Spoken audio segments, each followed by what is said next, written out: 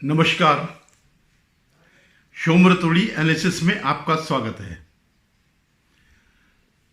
आज मेरी चर्चा का जो विषय है वह है जो कल एक जो दिल्ली से संबंधित बिल था, अमेंडमेंट बिल था, उसका पास होना। उसका नाम था national capital territory of Delhi amendment bill 2023 का। तो ये लोकसभा से पहले ही पास हो चुका था, जिसमें कोई संशय भी नहीं था, और कल ये राज्यसभा से भी पास हो गया, जिसमें थोड़ा बहुत संशय था। लेकिन बाद में जब बीजेडी ने और वाईएसआर कांग्रेस ने और टीडीपी का भी एक राज्यसभा सांसद हैं, तो जब इन्होंने भी समर्थन दे दिया तो ये ऑलमोस्ट लग रहा था कि ये बिल पास होगा ही होगा। ये जो राज्य की सेवा से संबंधित जो बिल है वो पास होगा। तो हुआ क्या?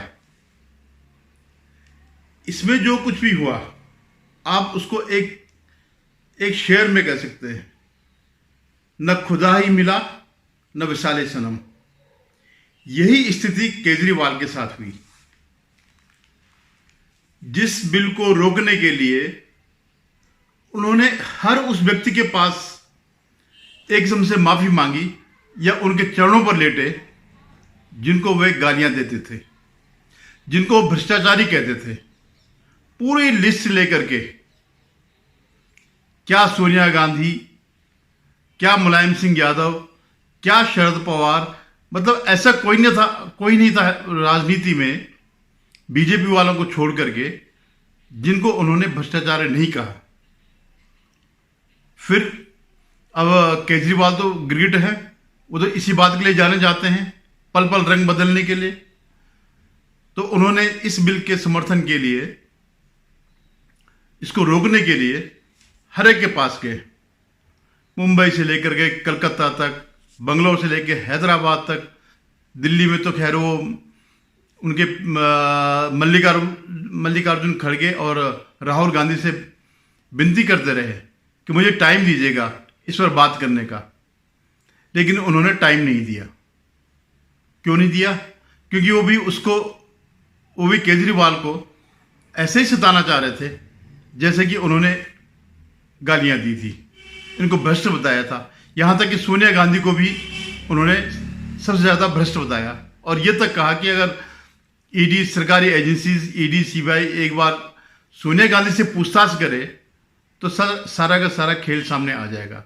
अगस्ता वेस्टलैंड हेलीकॉप्टर मामले में रिश्वतखोरी हुई है। इटली की एक अदालत ने, इटली वालों ने जांच भी करा ली, ऑर्डर भी हो गए। इटली की एक अदालत ने ऑर्डर दिया है कि उसमें रिश्वतखोरी हुई, रिश्वत देके और वो हेलीकॉप्टर्स बेचे गए। उस ऑर्डर के अंदर सोनिया गांधी जी का नाम है, अहमद पटेल जी का नाम है, कई लोगों के नाम है, कई सीनियर। अगर मोदी सरकार वास्तव में भ्रष्टाचारियों पे कार्रवाई करना चाहते हैं तो सोनिया गांधी से लेके, अहमद पटेल से लेके, एसपी त्यागी से लेके बहुत सारे अधिकारियों और नेताओं का नाम अगस्ता डील में है। आपकी नजर में तीनों में ज्यादा ईमानदार कौन है? नहीं, मतलब निश्चित रूप से अगर आप बात करेंगे, सोनिया गांधी जी हैं, उनका अपना कांग्रेस पार्टी में जब से वो कांग्रेस की अध्यक्ष हैं, मैं समझता नहीं हूं कि कोई उन पे भ्रष्टाचार का आरोप रहा हो या कोई ऐसी बात हो। ठीक है। अगस्ता वेस्टलैंड हेलीकॉप्टर की डील में भी संजय सिंह और केजरीवाल ने सोनिया गांधी को लपेटा। मतलब वैसे तो हैं वो, इसमें तो दो राय नहीं कि जितने भी जो अब वर्तमान जो भ्रष्ट हैं, जिन्होंने इंडी अलायंस बनाया है, जो पुराने जितने भी भ्रष्टाचारी थे जिन्होंने मिलकर एक अलायंस बनाया है जिसे उन्होंने इंडी अलायंस करके कहा, वो डॉट डॉट डॉट डॉट वाला अलायंस, तो सारे के सारे वो एक बार सबको भ्रष्ट बता चुके हैं। और जब अपनी जान पर आई तो हर एक से माफी मांगने चले गए। माफी मांगने ही हुआ, जिसको आप भ्रष्ट कह रहे हैं उससे कह रहे कि आप मुझे समर्थन दीजिए, आप इस बिल को रोकिए। तो खैर ये स्थिति हो गई। और कल जब राज्यसभा में यह प्रस्तुत हुआ तो अमित शाह ने धुलाई कर दी। मान्यवर, क्या हुआ बाद में? 91 से 2015 तक ऊपर नीचे कई बार एक दल की सरकार आई, कई बार विपक्ष की सरकार आई। मैं बहुत जिम्मेदारी के साथ यहां बताना चाहता हूं कि इस बिल से जो ट्रांसफर पोस्टिंग के सेवाओं के काम के लिए जो अधिकार का वर्णन किया गया है, ये सारे अधिकार प्रैक्टिस में यहीं पर वो ही चलते थे। 91 से लेकर 2015 तक मदन लाल खुराना जी मुख्यमंत्री रहे, फिर साहिब सिंह वर्मा बने, फिर थोड़े समय के लिए स्वर्गीय सुषमा स्वराज जी बनी, फिर थोड़े शीला दीक्षित जी बनी, मगर किसी से केंद्र सरकार से झगड़ा नहीं हुआ, किसी को नहीं हुआ, क्योंकि सब लोग विकास करना चाहते थे, सब पावर लेना नहीं चाहते थे। धुलाई कर दी। उन्होंने कहा इस बिल का जो विरोध कर रहे हैं इसका लोकतंत्र से कोई संबंध नहीं है। ये बिल हमें इसलिए लाना पड़ा क्योंकि जो आम आदमी पार्टी है उसका सिर्फ एक ही काम है भ्रष्टाचार करना और उसको छिपाना। अगर उनके पास सत्ता आ जाती तो वो अब तक सबको, जैसे उन्होंने जब सुप्रीम कोर्ट का आदेश जब आया तो उसके बाद जिस तरह उन्होंने किया, जिस तरह सर्विसेज वाले अधिकारी को हटा दिया, विजिलेंस वाले को हटा दिया, उस पर चोरी गलत आरोप भी लगाए, एक फर्जी जो है एक कंप्लेंट करवाई। बाद में पता चला कि वो तो कोई कंप्लेंट थी नहीं, जिनके नाम से कंप्लेंट हुई थी उन्होंने कहा ऐसा कुछ नहीं है, हमने कुछ नहीं किया।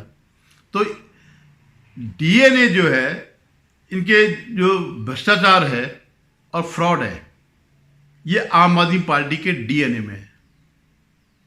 और अमित शाह ने साफ साफ कहा कि ये वही बिल है, ये वही संशोधन है जो पुरानी कांग्रेस लाई थी, कांग्रेस पहले लाई थी। तो कह रहे तब ये गलत, तब ये सही कैसे हो सकता और आज कैसे गलत हो गया। तो खैर उन्होंने काफी आरोप लगाया कि ये सब तुम्हारा जो है वो है खेल है अपने संगठन को बचाने का, अपने अलायंस को बचाने का। बाकी तुम्हारा लोकतंत्र से कोई संबंध नहीं है, कानून व्यवस्था से कोई संबंध नहीं है, भ्रष्टाचार से कोई संबंध नहीं है, आपको सिर्फ अपने अलायंस को बचाना है। अब आप देखिए इनके डीएनए में कितना बड़ा फ्रॉड है। कल राघव चड्ढा ने एक वो दिया राज्यसभा में कि इस बिल को सेलेक्ट कमेटी में भेजा जाए, और जो उसमें से 5 नाम ऐसे थे जिन्होंने इसमें साइन ही नहीं किए थे या अपनी सहमति कोई दी नहीं थी, क्योंकि उनमें से 3 तो बीजेपी के ही थे और 1-2 इनके अलायंस पार्टनर थे। और उन्होंने राज्यसभा में खड़े होकर के कहा कि हमें पता तक नहीं है कि हमारे नाम इसमें दिए गए। जैसे बीजेडी की सांसद थी, ऐसे एक थम्बी दुरई एआईएडीएम के थे, और यहाँ से तो सुधांशु त्रिवेदी और कई लोग जो है उनके नाम दिए गए, जो कि किसी भी तरह संभव नहीं था। तो देखिए कितना फ्रॉड इनके उसमें है, जिसका शायद राज्यसभा के जो सभापति हैं उसका कॉग्निजेंस लेंगे, उस पर कार्रवाई करेंगे, और यह भी संभव है कि राघव चड्ढा की वो चले जाएगी, सदस्यता जा सकती है। तो ये इन्हीं सब चीज को रोकने के लिए ये बिल लाया गया, क्योंकि इनका कोई संबंध नहीं है इस बात से कि हमें विकास करना है। बस 2-4 फ्री की बातें कर दी कि हम लाइट फ्री दे देंगे, ये फ्री दे देंगे, वो फ्री दे देंगे। बाकी विकास क्या करना है दिल्ली का, वो शीला दीक्षित के बाद से एक भी इंच विकास नहीं हुआ, एक भी थोड़ी भी मात्रा में विकास नहीं हुआ, वो चाहे कितना ही बोले। तो इसके पीछे यही तर्क। इसी बीच बड़े मजेदार किस्से भी हुए, जैसे कांग्रेस ने कहा कि आपकी तो बीजेपी पर आरोप लगाया कि आपकी तो सरकार ही नहीं है, यहां पर आपको बोलने का क्या हक है। तो अमित शाह ने जो पलटवार किया, उन्होंने कहा चलो तुम्हारा तो यहां कुछ भी नहीं है, हमारे तो कम से कम 7 के 7 सांसद हैं, तुम्हारा तो एक भी नहीं है। विधानसभा में कोई तुम्हारी उपस्थिति नहीं है, संसद में कोई उपस्थिति नहीं है, और कई ऐसे राज्य हैं जहां आपकी उपस्थिति नहीं है। तो कम्युनिस्ट पार्टी बात कर रही है देशभक्ति की, कम्युनिस्ट पार्टी देशभक्ति की बात कर रही है। मान्यवर, इनको ये ठीक नहीं लगता। मान्यवर चिदंबरम साहब ने कहा कि दिल्ली के लिए भी बीजेपी का अधिकार नहीं, दिल्ली में बीजेपी की 2 बार सरकार नहीं हुई। तो भाई अगर यही सिद्धांत है तो आपको तो बोलने का ही अधिकार नहीं है। आपके तो ना संसद सदस्य है ना धारासभा में कोई सदस्य है। हमारे कम से कम 7 संसद सदस्य भारतीय जनता पार्टी के, और यही थियरी को माने तो विपक्ष के नेता ने ढेर सारे राज्यों के लिए वो बोल ही नहीं पाए। यूपी के लिए नहीं बोल पाएंगे, बिहार के लिए नहीं बोल पाएंगे, बंगाल के लिए नहीं बोल पाएंगे, ओडिशा में नहीं बोल पाएंगे, नॉर्थ ईस्ट में। आपको तो बोलने का, कहीं भी कुछ बोलने का अधिकार ही नहीं है। ऐसे ही उन्होंने कम्युनिस्टों को उनकी दुहाई करी। जो कम्युनिस्ट कहने लगे कि आपका जो है उसमें कोई योगदान नहीं था आज़ादी की लड़ाई में। तो उन्होंने कहा भैया हमारी तो 1950 में ही पार्टी बनी, और जो हमारे वो थे, जो हमारे नेता थे, उनकी वजह से ही बंगाल भी बचा, हिंदुस्तान में रहा, और कश्मीर भी बचा। लेकिन तुम्हारा तो कुछ भी नहीं योगदान था। जैसे वो सीपीआई ने आरोप लगाया कि जो भी आपको निर्देश मिलते हैं वो नागपुर से मिलते हैं। उन्होंने कहा ठीक है, कम से कम नागपुर तो भारत में है, आपको तो चीन और रूस से निर्देश मिलते हैं, तो आप कहाँ की बात कर रहे हैं? आपका तो पूरा जो भी आपकी नीतियां हैं उसका भारत से संबंध ही नहीं है। संबंध किससे है? रूस से है या चीन से, यानी कम्युनिस्ट पार्टियों से। तो उनको बुरी तरह से उन्होंने बेइज्जत करके रख दिया। अभी मैं आपको एक वीडियो भी दिखाऊंगा इस बारे में उन्होंने क्या कहा। ऐसी जो है संजीव दीक्षित ने, जब ये बिल पास हो गया तो उन्होंने कहा ये तो जरूरी था। संजीव दीक्षित कांग्रेस के नेता हैं, बहुत बड़े नेता हैं, उनकी पार्टी भले ही केजरीवाल के साथ हो, लेकिन वो अपने स्टैंड पर क्लियर थे। संजीव दीक्षित शीला दीक्षित के बेटे हैं और सांसद थे, अब तो नहीं है शायद, लेकिन पहले सांसद थे। तो कहने का मतलब ये है कि इनको क्यों चाहिए था? इनको सिर्फ फ्रॉड करने के लिए चाहिए था। ये जो इनको सत्ता जो चाहिए है कि भ्रष्टाचार करते रहें और उस पर पर्दा डालते रहें। अब पर्दा कौन डालेगा? ब्यूरोक्रेसी डाल सकती है, जो इनके कुकर्मों को जो है छिपाने के लिए। अब ब्यूरोक्रेसी क्यों करेगी? इसलिए करेगी कि डर के मारे करेगी।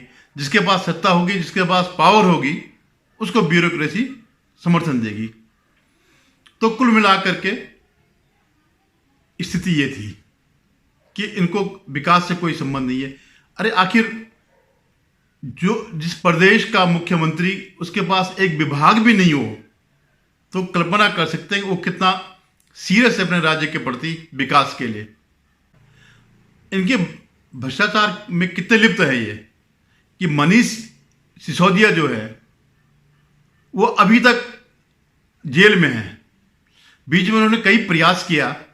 अभी लेटेस्ट उन्होंने अपनी पत्नी का बीमारी का बहाना बनाया कि मुझे उनकी देखरेख करनी है, मेरी पत्नी बहुत बीमार है। और जब सुप्रीम कोर्ट ने उनसे मेडिकल वो मांगा, जो रिपोर्ट थी, पता चला वो ठीक ठाक है। यानी इनका जो है डीएनए फ्रॉड का इतना हो गया कि पत्नी के नाम पर भी जो है ये फ्रॉड करते हैं। बाकी बच्चों के नाम पर तो आपको पता ही है।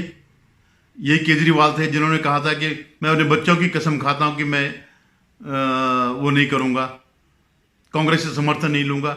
या अन्ना को जब बेवकूफ़ बनाया कि हम पार्टी नहीं बनाएंगे, और इस कुर्सी में पता नहीं कि इस कुर्सी का ही वो रोग है कि जो इसमें बैठता है वो बेईमान हो जाता है, इसलिए हम सत्ता में नहीं आएंगे, हम सरकार नहीं बनाएंगे।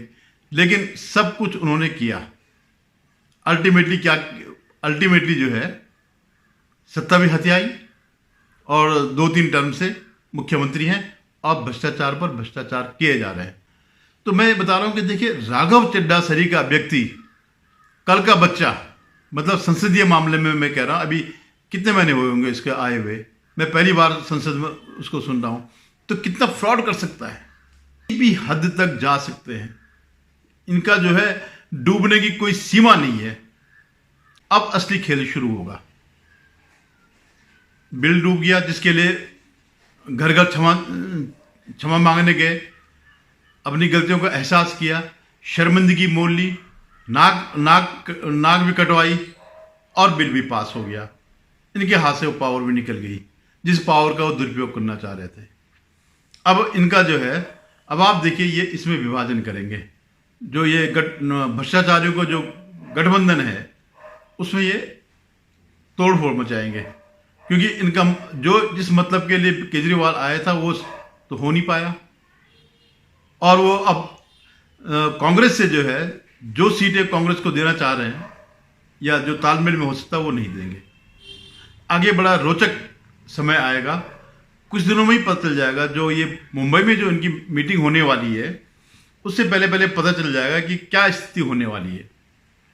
इस अलायंस में ये जो यूपीए 3 से मान सकते हैं हम, और यूपीए 3 इसलिए नहीं रखा उन्होंने कि यूपीए इतना बदनाम हो चुका था भ्रष्टाचार के मामले में कि ये जो भ्रष्टाचारी हैं, ये खुद उस नाम से हटना चाहते थे, ये दूर होना चाहते हैं। तो अब जब आगे बात बढ़ेगी, यानी सीट का एडजस्टमेंट में जब बात बढ़ेगी, तो इस अलायंस में बिखराव होना अवश्य है। क्योंकि आम आदमी पार्टी किसका वोट ले रही है? कांग्रेस का वोट ले रही है। कांग्रेस ने किसके वोट लिए? जो इसके अलायंस के पार्टनर जितने भी हैं, चाहे वो टीएमसी हो, अखिलेश हो, लालू हो, उन्होंने कांग्रेस के वोट लिए और कांग्रेस को नंगा करके रख दिया। तो ये स्थिति सामने आएगी जब सीट एडजस्टमेंट में जब होगा, तब ये सब सामने आएगा। धन्यवाद। अगर आपको मेरा ये वीडियो पसंद आए तो इसे लाइक करिएगा, शेयर कीजिएगा और सब्सक्राइब करिएगा। धन्यवाद।